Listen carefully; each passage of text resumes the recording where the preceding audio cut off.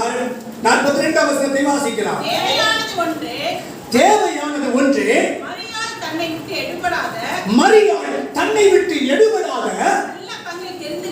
நல்ல பங்கை தெரிந்து கொண்டாள். Mary has chosen a good part. Mary has chosen a good portion. மரியாள் தன்னை விட்டு எடுபடாத நல்ல பங்கை தெரிந்து கொண்டாள். தேவ ஜனமே, அந்த நல்ல பங்கு என்ன? What is the meaning of good part? What is the meaning of good portion? அந்த நல்ல பங்கு என்ன? தேவ பிள்ளைகளாகிய நாம் அதை கவனிக்க வேண்டும். ஆண்டவர் சொல்றாரு, மரியாள் தன்னை விட்டு எடுபடாத. அதுதான் சிந்திக்க வேண்டிய ஒரு வார்த்தை. தன்னை விட்டு எடுபடாத நல்ல பங்கை தெரிந்து கொண்டார். நீங்களும் நானும் ஒரு காரியத்திற்கு போகும் பொழுது அதை எல்லாத்தையும் போட்டுருவாங்க. அதுல தெரிந்து கொள்ள வேண்டும். எதை சூஸ் பண்றியோ பண்ணு என்று சொல்லுவார்கள். இன்னைக்கு நான் எதை சூஸ் பண்ணி இருக்கிறேன்? எதை நான் சூஸ் பண்ண போறேன்? ஆண்டவர் ஆசீர்வாதத்தையும் சாபத்தையும் வைக்கிறார், மரணத்தையும் ஜீவனையும் வைக்கிறார். நீ எதை தெரிந்தெடுக்க போகிறாய்? மரியாள் தன்னை விட்டு எடுபடாத நல்ல பங்கை அவள் தெரிந்து கொண்டார். அந்த நல்ல பங்கு என்ன? லூக்கா எழுதின சுவிசேஷம் 10ஆம் அதிகாரம் 39வது வசனத்தை வாசிக்கலாம். அவளுக்கு மரியாள் எனப்பட்ட ஒரு சகோதரி இருந்தாள். சரி. அவள் இயேசுவின் பாதத்தருகே உட்கார்ந்து அவருடைய வசனத்தை கேட்டுக்கொண்டிருந்தார். நல்ல பங்கு எது? நீ தெரிந்து கொள்ள வேண்டிய எடுபடாத நல்ல பங்கு எது? தேவனுடைய பாதத்தில் அமர்ந்திருப்பது. தேவனுடைய சமூகத்திலே நீ அமர்ந்திருக்க வேண்டும். ஊழியக்காரராகட்டும் சரி, விசுவாசியாகட்டும் சரி, தேவனுடைய பாதத்திலே அமர்ந்திருக்க வேண்டும். அங்கே எனக்கு ஊழியம் இருக்கிறது, இங்கே எனக்கு ஊழியம் இருக்கிறது, அங்கே எனக்கு வேலை இருக்கிறது, இந்த ஊர்ல எனக்கு வேலை இருக்கிறது என்று சொல்லி நீ சொல்லுகிற நேரம் அல்ல. அதற்கு முன்பதாக நான் தேவனுடைய பாதத்திலே அமர்ந்திருக்க வேண்டும். We are waiting for the God's presence. We are waiting for the God's feet. தேவனுடைய பாதத்திலே அமர்ந்திருப்பதுதான் நம்மை விட்டு எடுபடாத ஒரு நல்ல பங்கு. மரியாள் தேவனுடைய பாதத்திலே அமர்ந்திருந்தார். ஐயா, எனக்கு டைம் ஆகி போச்சு, நான் ஒரு 2 செகண்ட் இருந்துட்டு போயிடுறேன். நத்திங். ஒரு உலகத்தின் காரியத்திலே ஒரு டாக்டரை பார்க்கணும்னா எவ்வளவு நேரம் உட்கார்ந்து இருக்கிறோம்? ஒரு பிளட் டெஸ்ட் கொடுத்துட்டீங்கன்னா 1 மணி நேரம் உட்கார்ந்து இருக்கிறோம். சிஸ்டர் கவனிங்க, ரேஷன் கடையில நீ 20வது ஆளு, முதல் ஆளே இன்னும் போகல, எவ்வளவு நேரம் ஆகும்? 1.5 மணி நேரம் நிக்கிறேன், 2 மணி நேரம் நிக்கிறேன். ஆனால் தேவனுடைய பாதத்திலே காத்திருப்பதற்கு என்ன சொல்றோம்? எனக்கு நேரம் இல்லை. ஏன் ஆசீர்வாதம் இல்லை? பிரதர் சிஸ்டர், நீ எந்த ஊர்ல இருந்தாலும் சரி, இந்த வேதத்தை வாசிப்பதையும் ஜெபத்தையும் மாத்திரம் மறந்துடாத. மறந்துட்டீனா கர்த்தர் உன்னை மறந்து விடுவார். காலம் கடைசி காலங்கள், பயங்கரமான சூழ்நிலைகள், வேதத்தில் சொல்லப்பட்ட எல்லா காரியங்களும் நடந்தேறி வருகிற. ஆகவே நாம் சொல்ல வேண்டிய காரியம், மாரநாதா மாரநாதா, இயேசுவே வாரும், இயேசுவே வாரும், இயேசு வருகிறார். எடுபடாத நல்ல பங்கு என்ன? தேவனுடைய பாதத்திலே அமர்ந்திருப்பது. கதவை தாழிட்டு மறைவாக வேதத்தை வாசித்து ஜெபிப்பதுதான் தேவனுடைய பாதத்திலே அமர்ந்திருப்பது. வாசிங்க 1 சாமுவேல் 22ஆம் அதிகாரம் 3வது வசனம். 1 சாமுவேல் 22:3. தாவீது அவரிடத்தில் விட்டு மோவாபியரை சேர்ந்த சரி மிஸ்பேக்கு போய் மோவாபின் ராஜாவை பார்த்து, தேவன் என்னை எப்படி நடத்துவார் என்று நான் அறியும் மட்டும். தேவன் என்னை எப்படி நடத்துவார்? ஆண்டவர் என்னை எப்படி நடத்துவார்? எந்த பாதையில என்னை கொண்டு போவார்? 2021 இப்படி இருக்கும், அப்படி இருக்கும். வேண்டாம். நாம கர்த்தருக்குள்ள இருந்தோம்னா, கர்த்தர் நம்மோடு இருந்தார்னா, கர்த்தர் எல்லாவற்றையும் பாதுகாப்பாய் செய்வார். ஆமென் சொல்லுங்க. கர்த்தர் நமக்கு கூட இருக்கும்போது உனக்கு விரோதமான சூழ்நிலைகளை, சாத்தானுடைய போராட்டங்களை, உனக்கு விரோதமாக எழுப்புகிற மனுஷனுடைய கைகளில் இருந்து உன்னை விலக்கி உன்னை சரியான பாதையில் நடத்துகிற தேவன் என்னோடு உங்களோடு இருக்கிறார். ஆமென் சொல்லுங்க. தேவன் என்னை எப்படி நடத்துவார்? ஒரு பிசினஸ் ஆகட்டும் சரி, ஒரு வேலையாகட்டும் சரி, ஒரு ஊழியத்திற்கு போகிற காரியமாகட்டும் சரி, ஒரு திருமணமாகட்டும் சரி, எதுவாகட்டும் சரி, நீ காத்திருக்க வேண்டும். தேவன் என்னை எப்படி நடத்துவார்? கர்த்தர் என்னை எப்படி கொண்டு போக போறாரே? என்னென்ன சூழ்நிலைகளை சந்திக்க போற? நீ அமர்ந்திருந்தால் கர்த்தருடைய ஆவியானவர் உனக்கு காண்பிப்பார். அல்லேலூயா. ஏனென்றால் மறைவானவைகள் தேவனாகிய கர்த்தருக்கே உரியவைகள். நான் யோசித்து பார்த்தேன்.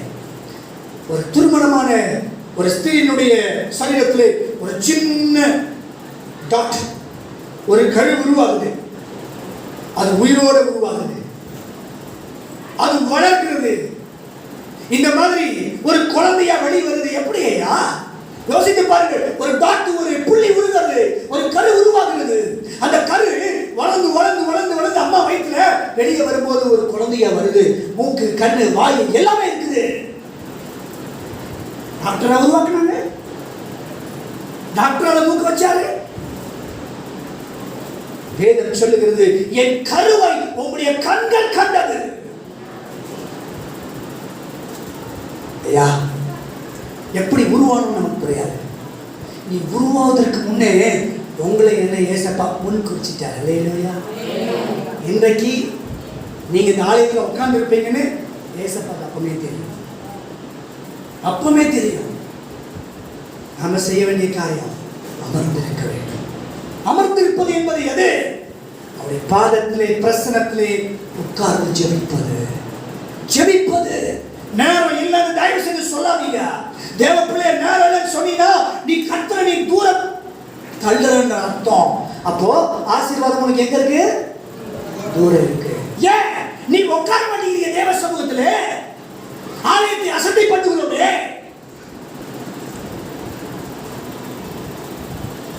சமையல் செய்வதற்கு நேரம் இருக்கிறது. ஞாயிற்றுக்கிழமை தேவனுடைய ஆலயத்தில் கொஞ்ச நேரம் உட்கார்றதுக்கு நேரம் இல்லைன்னு சொல்றவங்க நிச்சயமா பரிதாபம் ஐயா. தேவ பிள்ளைகளே, இந்த நாளிலே இந்த சத்தியத்தை கேட்டுக்கொண்டிருக்கிற நீங்கள் தேவனுடைய பாதத்திலே அமர்ந்திருப்பது உண்மை என்று சொன்னால் அதுதான் நமக்கு நல்ல பங்கு. அல்லேலூயா. எடுபடாத நல்ல பங்கு, எடுபடாத நல்ல பங்கு.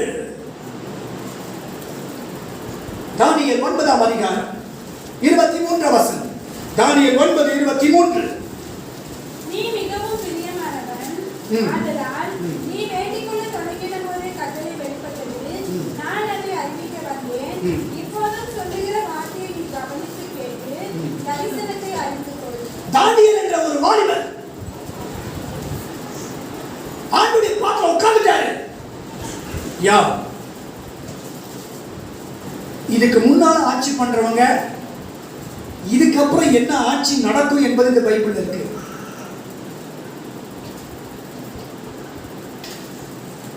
தேவ ஜனமே, எல்லாவற்றையும் கர்த்தரிலே வைத்திருக்கிறார். இந்த தானியேலுக்கு மறைவான ஒரு காரியத்தை ஆண்டவர் வெளிப்படுத்தினார். அவர் ஒரு சொப்பனம் கண்டார், கனவு. ஒரு பெரிய சிலை இருக்கிறது, தலை தங்கமா இருக்குது. அது ஒரு உலோகம். இங்க இருந்து இதுவரைக்கும் ஒரு உலோகம், இங்க இருந்து கீழே வரைக்கும் ஒரு உலோகம். அங்கே கால் கடைசியில பார்க்கும் பொழுது களிமண்ணும் இரும்பும் கலந்த ஒரு கலவை.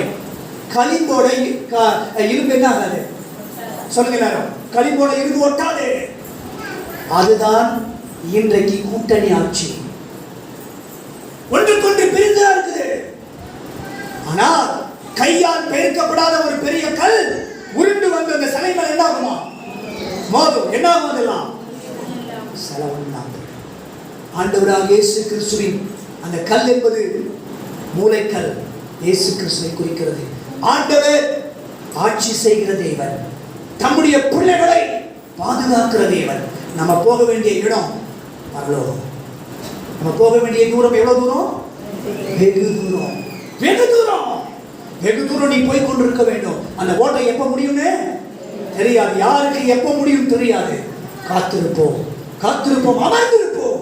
கர்த்தர் நம்மை நடத்துவார். தானியேல் 2ஆம் அதிகாரம் 17ஆம் வசனத்தை வாசியுங்கள்.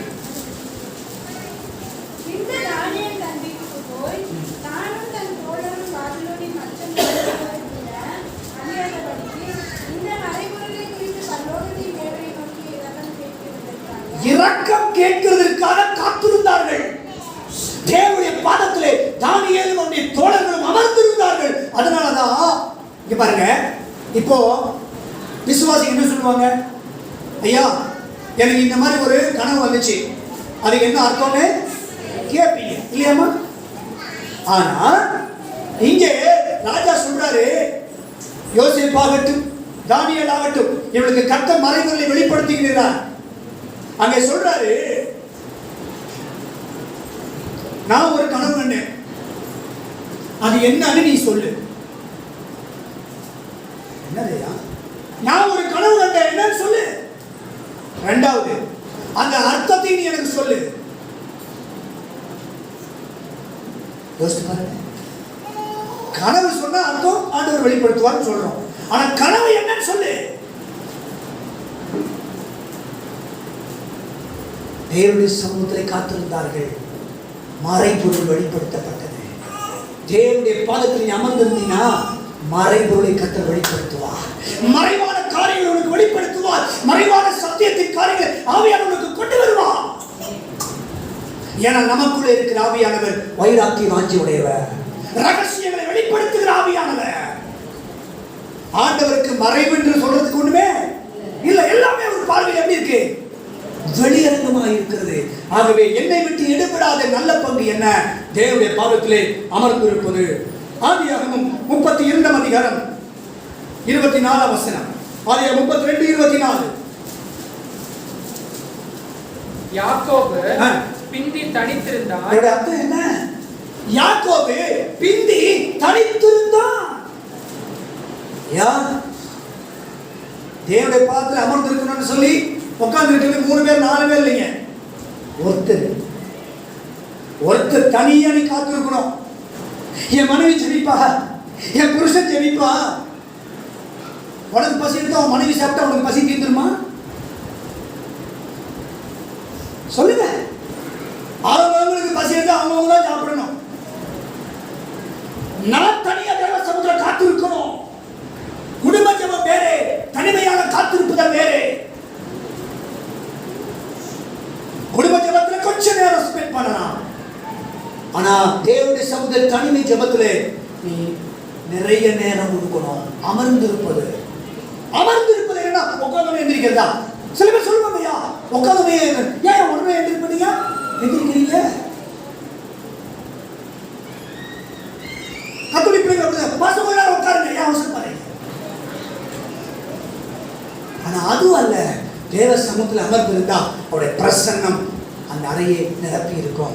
அவருடைய மகிமையின் கரம் அந்த இடத்தை நிரப்பி இருக்கும். தேவன் உன்னை பலப்படுத்துவார். வார்த்தையினாலே, வெளிச்சத்தினாலே, வெளிச்சமாகிய வசனத்தினாலே உங்களை என்னை பலப்படுத்துவார். அமர்ந்திருப்பதை மறந்துடாதீங்க. அமர்ந்திருப்பதை வாலிபர்களுக்கு எல்லாருக்கும் வேதத்தை படிங்க, ஜெபிங்க, மறந்துடாதீங்க. நிறைய பேர் பாருங்க, பைபிள் படிக்கிறீங்களா? இல்ல. ஜெபிக்கிறீங்களா? இல்ல. அப்ப எப்படி ஆசீர்வாதம் வரும்?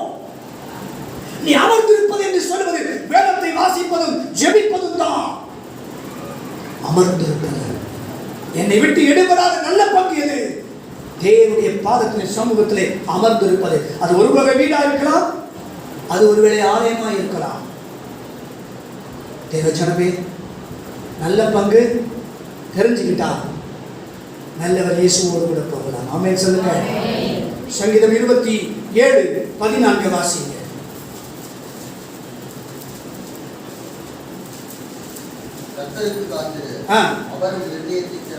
கர்த்தருக்கு காத்திரு. அமர்ந்திருப்பது யாருக்காக? கர்த்தருக்காக நான் காத்திருக்கிறேன். ஆண்டவருடைய சித்தத்துக்காக, அவருடைய பிரசன்னத்துக்காக. அன்பானவர்களே, என்னை விட்டு எடுபடாத நல்ல பங்கு என்பது ஆண்டவரத்தில் அமர்ந்திருப்பது. இரண்டாவது எடுபடாத நல்ல பங்கு எது? லூக்கா சுவிசேஷம் 10ஆம் அதிகாரம் 39ஆம் வசனத்தை வாசிக்கலாம் மறுபடியும். அவளுக்கு மரியாள் என்னப்பட்ட ஒரு சகோதரி இருந்தாள். அவள் இயேசுவின் பாதத்தருகே உட்கார்ந்து அவருடைய வசனத்தை கேட்டுக் கொண்டிருந்தாள். தேவ சத்தம் கேட்பதுதான் நல்ல பங்கு. தேவ சத்தத்தை நான் கேட்க வேண்டும். தேவ சத்தத்தை ஒரு வசனத்தின் மூலமாய் நான் கேட்க வேண்டும். என் வேத வாசிப்பிலேயும் ஜெபத்திலேயும் நான் தேவ சத்தத்தை கேட்க வேண்டும். மரியாள் ஆண்டவருடைய சத்தத்தை அவள் கேட்டுக் கொண்டிருந்தாள். பாருங்க, ஏசப்பா பிரசங்கம் பண்ணத 3 நாள் சாப்பிடாம இருக்கு. இன்னைக்கு அரை நாள் 2 மணி நேரம் சாப்பிடலாமே அப்படியே வயிறு எரியுதுமா. 3 நாள் சாப்பிடாம இருக்கிறாங்க ஆண்டவர் சொல்றாரு. 3 நாள் ஆயிட்டே இவங்க சாப்பிட ஒண்ணு இல்லாம இருக்கிறாங்களே ஆண்டவர் சொல்றாரு. தேவ வசனம் நம்முடைய பசி மயக்கத்தை நீக்கும். தேவ சத்தத்தை நான் கேட்க வேண்டும். தேவ சத்தத்தை அவருடைய பிரசனத்தின் வல்லமை நான் உணர்ந்திருக்க வேண்டும். 1 சாமுவேல் 3ஆம் அதிகாரம் 10ஆம் வசனத்தை வாசியுங்கள். அப்பொழுது கர்த்தர் வந்து நின்று முன் போல சாமுவேலே சாமுவேலே என்று கூப்பிட்டார். ஆண்டவர் சத்தத்தை யார் கேட்டா? சாமுவேல் கேட்டார். ஆண்டவர் சத்தத்தை சாமுவேல் கேட்டார். எங்க கேட்டார் சத்தத்தை? ஆலயத்துல கேட்டார். நீ ஆலயத்துல வந்திருக்கிற ஆண்டவருடைய சத்தத்தை நான் கேட்க வேண்டும். 21 வாசிங்க. கர்த்தர் பின்னும் சீலோவிலே தரிசனம் தந்தருளினார். கர்த்தர் சீலோவிலே தம்முடைய வார்த்தையினாலே சாமுவேலுக்கு தம்மை வெளிப்படுத்தினார். வார்த்தையினாலே வெளிப்படுத்தினார். வார்த்தையினாலே தேவன் வெளிப்படுத்தினார். அன்பானவர்களே, அவருடைய வார்த்தையை சாமுவேல் கேட்டார். அந்த வார்த்தையின் சத்தத்தை சாமுவேல் கேட்டார். நீ அமைதியாய் காத்திருக்கும் பொழுது தேவ சத்தம் உனக்குள்ளாய் வரும். ஆமென் சொல்லுங்க. தேவ சத்தம் உன்னை வழிநடத்தும். கர்த்தருடைய சத்தம் வல்லமை உள்ளது. கர்த்தருடைய சத்தம் மகத்துவம் உள்ளது. ஒன்றுமே இல்லை பாருங்க. ஆண்டவர் சொன்னாரு, லாசருவே, அவ்வளவுதான். அந்த சத்தம் அப்படியே உயிரோடு கொண்டு வந்துருச்சு. காற்றே இலையாலே அமைதலாயிரு கடலை பார்த்து சொன்னாரு. என்னாச்சு? என்னாச்சு? மனங்களே, ஆண்டவர் அந்த விசுவாசத்தை உங்களுக்கு கொடுத்திருக்காரு. இயேசுவின் நாமத்தினால போராட்டத்தின் கிரியைகள் விலகி போகட்டும் என்று சொன்னார். ஹல்லேலூயா. ஆண்டவர் சொன்னார், உனக்கு விசுவாசம் இருந்துச்சுன்னா இந்த மலையை பார்த்து போய் கடல்ல போய் உழுகுனா என்ன ஆகும்? உழுகணும். அதுதான் விசுவாசம். கர்த்தரை பற்றிய விசுவாசம். ஆண்டவர் சொன்னார், என்னை விசுவாசிக்கிறவன் மரித்தாலும் பிழைப்பான். தேவனுடைய சத்தத்தை கேட்பதுதான் நல்ல பங்கு. முதல் நல்ல பங்கு என்னது? ஆண்டவரிடத்திலே அமர்ந்திருப்பது. இரண்டாவது நல்ல பங்கு தேவ சத்தம் கேட்பது. யோவான் 18ஆம் அதிகாரம் 37ஆம் வசனம். யோவான் 18:37. அப்பொழுது பிலாத்து அவரை நோக்கி, அப்படியானால் நீ ராஜாவோ என்றான். இயேசு பிரதியுத்தரமாக, நீ சொல்லுகிறபடி நான் ராஜாதான். சத்தியத்தை கொண்டு சாட்சி கொடுக்க நான் பிறந்தேன். இதற்காகவே உலகத்தில் வந்தேன். சத்தியவான் எவனும் என் சத்தம் கேட்கிறான். சத்தியவான், சத்தியத்துக்கு கீழ்ப்படுகிறவன் ஆண்டோடைய சத்தத்தை கேட்பான். சத்தியத்துக்கு கீழ்ப்படியாதவன் அவன் சத்தத்தை கேட்க முடியாது. ஒரு வசனத்தை உள்மத்தில் சொல்ல விரும்புகிறேன். யோவானுக்கு எழுதின சுவிசேஷ புத்தகம் 10ஆம் அதிகாரம் 27ஆம் வசனம். என் நாடுகள் என் சத்தத்துக்கு செவி கொடுக்கிறது. என் நாடுகள் என் சத்தத்துக்கு செவி கொடுக்கிறது. நான் சொல்ற வார்த்தை ரோட்ல போறவங்க அங்க போறவங்க தெரியாது. தேவ சமூகத்தில் உட்கார்ந்து இருக்கிறவங்க தான் ஒரு சத்தம் கேட்கும், தெரியும். ஆண்டவர் ஆதாமை கூப்பிட்டாரு, மோசேயை கூப்பிட்டாரு, சாமுவேலை கூப்பிட்டாரு, அடுத்தது சவுலை கூப்பிட்டாரு, யோசித்து பாருங்க, எலியாவை கூப்பிட்டாரு. அவங்க தேவ சத்தத்தை கேட்டாங்க. இன்னைக்கு தேவ சத்தம் உனக்கு சொப்பனத்தின் மூலமாய் வெளிப்படலாம், தரிசனத்தின் மூலமாய் வெளிப்படலாம், ஜெப நேரத்தில் வெளிப்படலாம், வேதத்தை தியானிக்கும் போது வெளிப்படலாம், பிரசங்கத்தின் மூலமாய் வெளிப்படலாம். தேவ சத்தத்தை நான் கேட்க வேண்டும். அதுதான் நல்ல பங்கு. கண்டிப்பா அப்பா பிள்ளை அப்படின்னா அப்பா சத்தத்தை பிள்ளை என்ன பண்ணிருக்கணும்? எத்தனையோ சத்தம் இருந்தாலும் இது எங்க அப்பா சத்தம், இது எங்க அப்பா சத்தம், இது எங்க அம்மா சத்தம். ஆடுகள் இருக்குது, ஆடுகள் என் சத்தத்துக்கு ஆடுகளை மேய்த்தவர்கள் நிறைய பேர் இருக்கலாம். நீங்க அவங்க லட்ச பேரை நீ கூப்பிட்டீங்கன்னா ஆடு வர. அந்த ஆடை யாரை மேய்க்கிறாங்களோ அவங்க கூப்பிட்டாதான் ஆடுவார். யோசித்து பாருங்க. ஆண்டவர் சொல்றார், என் நாடுகள் என் சத்தத்திற்கு செவி கொடுக்கிறது, நான் அவைகளை அறிந்திருக்கிறேன், அவைகள் எனக்கு பின் செல்லுகிறது. அந்த ஆடு வேற எங்கேயும் வழி தப்பி போகாது. அதனாலதான் பக்தன் இப்படியாய் பாடி ஆண்டுடைய நாமத்தை மகிமைப்படுத்துகிறான். வழி தப்பி நான் அலைந்தேன், பாவ பழியதை சுமந்தடைந்தேன் என்று சொல்லி அவர் அன்பு குரலே அழைத்தது என்னையே. இந்த கவி பாடி ஆண்டவரை மகிமைப்படுத்தலாமா? வழி தப்பி நான் தீர்ந்தேன், பாவ பழியதை சுமந்தடைந்தேன்.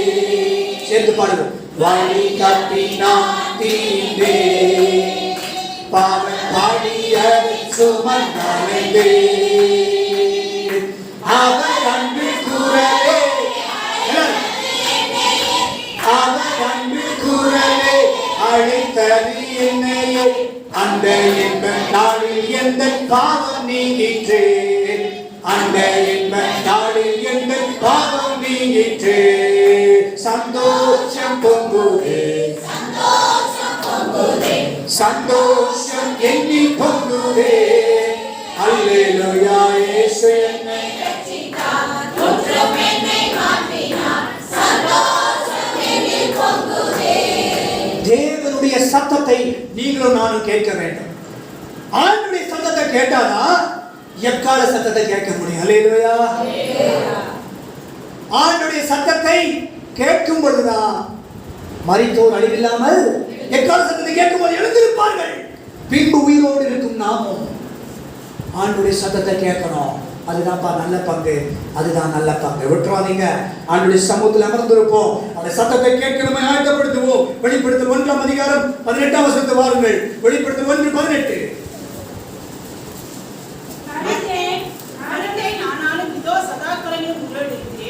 மரித்தேன், ஆனாலும் இதோ சதா காலங்களிலும் உயிரோடு இருக்கிறேன். ஆமென். அன்பானவர்களே, ஆண்டவர் மரித்தவர், அவர் உயிரோடு எழுந்தவர். அவருடைய சத்தம் தான் எனக்குள்ள போகுது. பாருங்க, லாசரு மரித்தாரு. எத்தனை நாள் ஆச்சு? 4 நாள் ஆச்சு. செத்து போய் 4 நாள் உள்ள வச்சிருக்காங்க. ஆண்டவர் அங்க போறாரு. எங்க போறாரு? கல்லறைக்கு போறாரு. நம்மள மாதிரி மண்ணை போட்டு மூடி வச்சுட்டு வரதில்லை. அவங்க பெரிய ஒரு புகைக்குள்ள வச்சிருவாங்க, வச்சு ஒரு பெரிய கல்யாணம் பண்ணுவாங்க. சொல்லுங்க, மூடிடுவாங்க. ஆனா ஏசப்பா என்ன பண்ணாங்க? அந்த கல்லுக்கு மேல சங்கிலியெல்லாம் வச்சு சேவகர்களையும் பாதுகாப்பா நிறுத்தினாங்க. என்னையா தடுக்க முடியும்? ஆண்டோடைய உயிர்த்தெழுதல எந்த உலக மனுஷனுடைய காரியமும் உயிர்த்தெழுதலை தடுக்க முடியாது. கர்த்தர் சொன்னபடியே உயிரோடு எழுந்தார். நடந்தது என்ன? நல்ல கல்லு. அந்த அம்மா சொல்றாங்க, மாத்தா, அப்பா நாத்தம் அடிக்குமேப்பா. செத்து எத்தனை நாள் ஆச்சு? 4 நாள் ஆச்சு. நாற்றம் எடுக்குமே. நீ விசுவாசித்தால் ஒண்ணுமே சொல்லல. லாசருவே வெளியே வா, லாசருவே வெளியே வா. தேவ சத்தம் செத்து போன மனுஷனுக்குள்ளாய் போய் அந்த சத்தத்தை கேட்க வைத்தது. செத்து போன மனுஷனுக்குள்ளாய் உயிர்ப்பிக்கிற கர்த்தருடைய சத்தம் அங்கே உள்ள போச்சு. இன்னைக்கு உன்னுடைய வாழ்க்கையில கர்த்தருடைய சத்தம் வசனத்தின் மூலமாய் உனக்குள்ளாய் வருகிறது. உன்னை உயிர்ப்பிக்கும்படியாக, உன்னை நிற்க வைக்கும்படியாக, உன்னை நடத்தும்படியாக. தேவ சத்தம், தேவ சத்தம் உன் சூழ்நிலைகளை மாற்றிவிடும். தேவ சத்தம் உன்னை பலப்படுத்தும். தேவ சத்தம் உனக்கு உதவியாக இருக்கும். தேவ சத்தம் உன்னை எடுத்து நிறுத்தி கர்த்தரை மகிமைப்படுத்த வைக்கும். அல்லேலூயா. வெளிப்படுத்தல் 3ஆம் அதிகாரம் 20ஆம் வசனத்தை வாசியுங்கள். இதோ வாசற்படியில் நின்று தட்டுகிறேன். ஒருவன் என் சத்தத்தை கேட்டு கதவை திறந்தார். வாசற்படியில் நின்று தட்டுகிறேன். ஒருவன் என் சத்தத்தை கேட்டு ஒருவன் என் சத்தத்தை கேட்டு கதவை திறந்தார். அவனிடத்தில் நான் என் சத்தத்தை கேட்டு, தேவ சத்தத்தை கேட்பதுதான் நல்ல பங்கு. நாம இதை என்ன பண்றோம்? நம்ம முழங்கால் போடும்போது தான் பிரச்சனை வரும். சீக்கிரமா முடிச்சு நம்ம போயிடலாம், நம்ம பிரச்சனையே போய் பார்த்துடலாம், கொஞ்ச நேரம் ஜோம் பண்ணிடலாம். சில பேருக்கு அன்னைக்கு பார்த்து தெரியுமா, வாட்ச் வந்து ஒரு 10 நிமிஷம் ஓடுறதே உங்களுக்கு 2 மணி நேரம் ஓடுற மாதிரி இருக்கும். இப்பதானே ஜோம் பண்ணப்பா, நேரமே போகலையே. ஆனா ரேஷன் கடையில் இருக்கும்போது, ஆஸ்பத்திரியில் இருக்கும்போது, மற்ற காலையில் இருக்கும்போது, இதுதான் நம்முடைய ஆசீர்வாதத்துக்கு நாம் இழந்து போகிற ஒரு காரியமா இருக்கிறது. தேவனுடைய பாதத்திலே ஆவிக்குள்ள நிரம்பி இருக்கும்போது உனக்கு நேரம் போகிறது தெரியாது பிரதர் சிஸ்டர். ஜெபம் பண்ணும்போது அடிக்கடி எடுத்து வாட்சை பார்க்காதீங்க.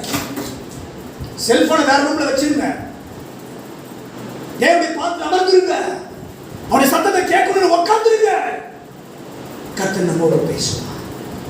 3ஆவதாக நல்ல பங்கு எது? சங்கீதம் 1:1 பாவிகளுடைய வழியில் இல்லாமலும் பரியாசக்காரர் உட்காரப்பட்டு உட்காராமலும். அடுத்தது, கர்த்தருடைய வேதத்தில் பிரியமாய் இருந்து தியானமாய் இருக்கிற மனுஷன் பாக்கியமா. இன்னைக்கு நாம என்ன பண்றோம்? நம்ம சொந்த காரியத்திலையும், நம்ம வேலை காரியத்திலையும், நம்ம குடும்ப காரியத்திலையும் தான் வண்டியில போகும்போது என்ன பண்றோம்? நினைச்சுக்கிட்டு போறோம். இல்ல பிரதர் சிஸ்டர், கர்த்தரை நினை, நீ படிச்ச வசனத்தை நினை. ஆண்டவர் சொல்றாரு, என்னை நினையாமலும் போகிறார், என்னை நினைக்காம இருக்கிற கர்த்தர் துக்கப்படுறாரு. வேத சொல்லுகிறது, உன் வழிகளில் எல்லாம் அவரை நினைத்துக்கொள், அவரின் பாதைகளை செம்மைப்படுத்துவார். இந்த காலையிலே தேவச்சனமே, தேவ வசனத்தை தியானிக்கிறவர்களாய் நாம் காணப்பட வேண்டும். சங்கீதம் 119:97 வாசிங்க. சங்கீதம் 119:97. உங்களுடைய வேதத்தில் நான் எவ்வளவு பிரியமா இருக்கிறேன், நாள் முழுவதும் மதியம். அப்போ தூங்குற நேரம் கூட பிரதர் சிஸ்டர் ஆத்மா என்ன பண்ணணும்? வசனத்தை தியானிக்கணும். இன்னைக்கு நான் என்ன கேட்டேன்? சத்தியம். இன்னைக்கு ஞாயிற்றுக்கிழமை சத்தியம் கேட்டேன், சொல்லுங்க. 2 நாள் கழிச்சு கேட்டோம்னா எனக்கு தெரியலன்றோம். தேவப்பிள்ளை அப்படி அல்ல. வசனத்தை நீ வார்த்தையை உட்கொள்ளும் பொழுது உனக்குள்ள கொண்டு போ, உன் இருதயத்தில் கொண்டு போ. நல்ல பங்கு எது? தேவனுடைய பாதத்தில் அமர்ந்திருப்பது. நல்ல பங்கு எது? தேவனுடைய சத்தத்தை நாம் கேட்பது. நல்ல பங்கு எது? வேதத்தை தியானிப்பது. தேவச்சனமே, வேதத்தை தியானிக்க வேண்டும், வசனத்தை படிச்சு தியானிக்க வேண்டும்.